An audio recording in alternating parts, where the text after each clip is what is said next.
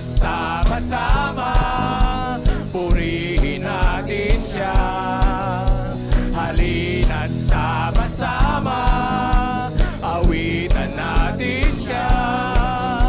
Ipalakpak ang inyong kamay, itaas at ikaway, lahat ay magsabing Diyos ay buhay. Palakpak, ipalakpak ang inyong kamay, itaas at ikaway, lahat ay magsabing Diyos ay buhay. Minsan pa ipalakpak, ipalakpak ang inyong kamay, itaas at ikaway, lahat ay magsabing Diyos ay buhay. Maawikan kita at pupurihin,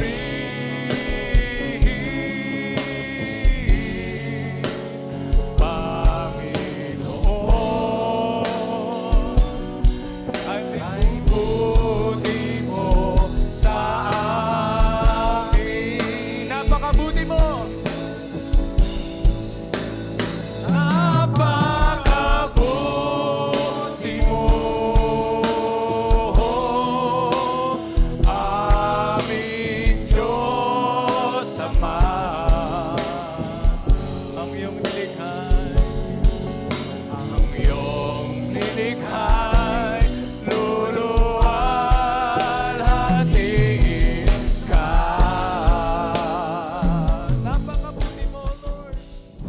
Why? Why should we pray for our leaders? Bakit nga po ba? Kita naman po natin, yung mga core leaders po natin, yung mga committee heads naman po natin, very active.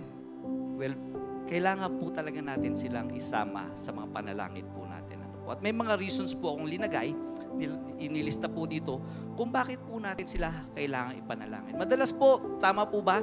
Itong mga leaders po natin, pinagpe-pray po tayo personal, lalapitan natin, kuya, panalangin mo naman ako, meron po akong pinagdadaanan, meron po akong problema, ipapanalangin po tayo ng mga yan. At hindi nyo po alam, kapag may sa mga quiet time po nila, sa mga quiet time po namin, isinasama namin po kayo sa mga panalangin po namin. And even sa aming monthly core and heads meeting, lagi po namin kayo sinasama sa panalangin. Ano po? Ang question po is, kayo po ba? Naisasama nyo po ba itong mga leaders po natin? Sama na po natin yung ating pastor, yung mga leaders po ng simbahan, na ipapanalangin po ba natin sila? Amen. Very good po kung ganun. Pero kung hindi po, we encourage you, I urge you po mga kapatid, isama po natin sila sa mga panalangin po natin. Ito po yung mga reasons kung bakit ano po. Bago po yan, ayahan nyo pong i-share ko po sa inyo itong Hebrews 13:17 na sabi po dito, obey your spiritual leaders and do what they say. Their work is to watch over your souls and they are accountable to God. Give them reason to do this with joy and not with sorrow. That would certainly not be for your benefit. Dito po, why should we pray for our leaders? Una po sa listahan ko, our leaders carry heavy responsibilities. Totoo naman po. Sabi po kanina sa verse, ang mga leaders po natin, sila po is hindi lang po accountable kay pastor, hindi lang po accountable kay Sir Oyet, sila po is lalong-lalo na accountable sa ating Panginoon. Pangalawa, leaders have limitations. May limitations din po kami. Tao rin po kami. Tao rin po yung mga leaders po na. Pangatlo pong reason, bakit natin sila kailangan panalangin? Our leaders also have spiritual battles. Sa akin po, ito pong number one reason. Lagi po yan, hindi nyo po nakikita, behind the scenes, ito po mga leaders po natin, sila po yung numero uno sa listahan ng kaaway para atakihin. So may mga problema rin po kaming kinaharap. Kagaya po ng mga problema po yung kinaharap pagdating po sa spirituality. May mga problema rin po kami kinaharap. Sabi nga po, kung sa gera, ito po mga leaders po natin, sila po yung mga front lines. And last, our leaders are used by God to encourage others. Totoo naman po. Ako po, kaya po ako naglingkod kay Lord dahil na-encourage po ako ng mga leaders po na nauna sa akin. At ako po naniniwala, kayo po is nabe-bless dito sa mga core leaders po natin, sa mga committee heads po natin na talaga naman po napapakasipag, talaga na pong laging nandyan at maaasahan pagdating po sa gawain. At sila po yung unang nakakatanggap ng blessings. Sila po ay nagiging channel of blessings. Ano po? Kaya kung hindi po sila makakatanggap ng blessings, ng strength, ng joy, at nagpagmamahal, wala po silang maibabahagi sa atin. Kaya we pray, kailangan po ipanalangin po natin sila to give them encouragement para sila rin po ay maging pagpapala at blessings sa iba. Ano po? Ito po yung mga reasons kung bakit kailangan po natin sila ipanalangin.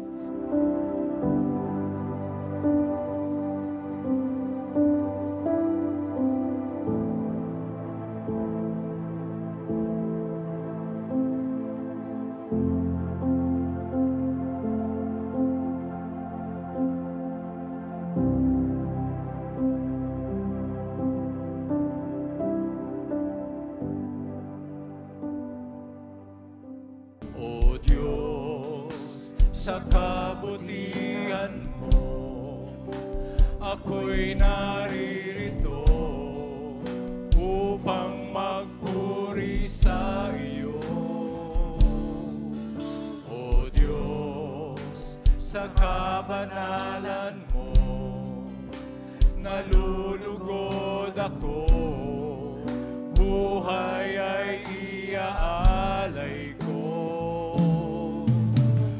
Ikaw lamang ang nagtiwala sa akin, O Diyos, di kita bibiguin. Magtatapat sa'yo, maglilingkod ako, O Diyos, kay buti mo. Minsan ba? Prayer for mentors and workers. So same reason po kung bakit po natin kailangan panalangin yung mga leaders po natin. Applicable rin po sa kanila ito. So yung mga mentors and workers, ito po yung mga mentors, sila po yung nagko-conduct ng mga C2S.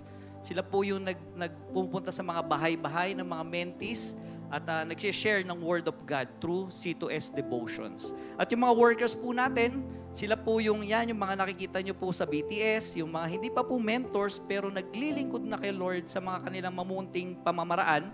Sila po yung mga workers po natin, yung mga nasa BTS, yung mga nasa Foodcom, sa media team. So sila po yun. Sila po naman po yung ipapanalangin natin ngayon, susunod po nating part. Ano pa po ba yung mga pangangailangan nitong mga mentors at mga masisipag po nating manggagawa ng ating Panginoon? Para po sa akin, ito po yung pumasok na word po sa akin. Character.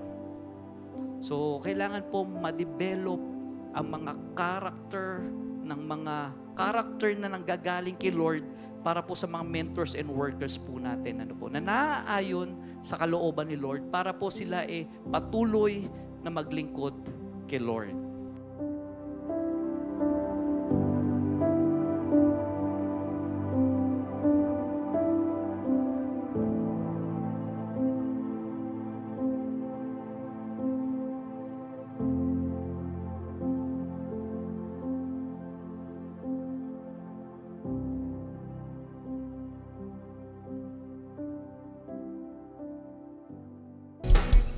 Mananatili sa'yo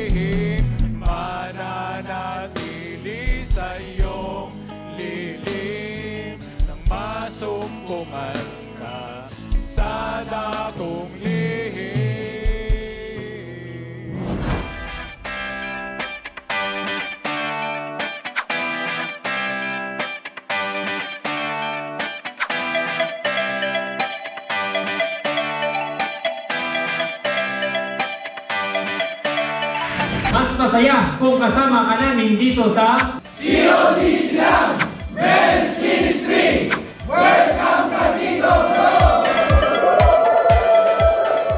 Kung napanood mo ang video na to at umabot ka hanggang dulo, inaaniyahan ka namin bro. Welcome na welcome ka dito tuwing Merkules, alas 5:30 ng hapon. Kita-kits tayo bro!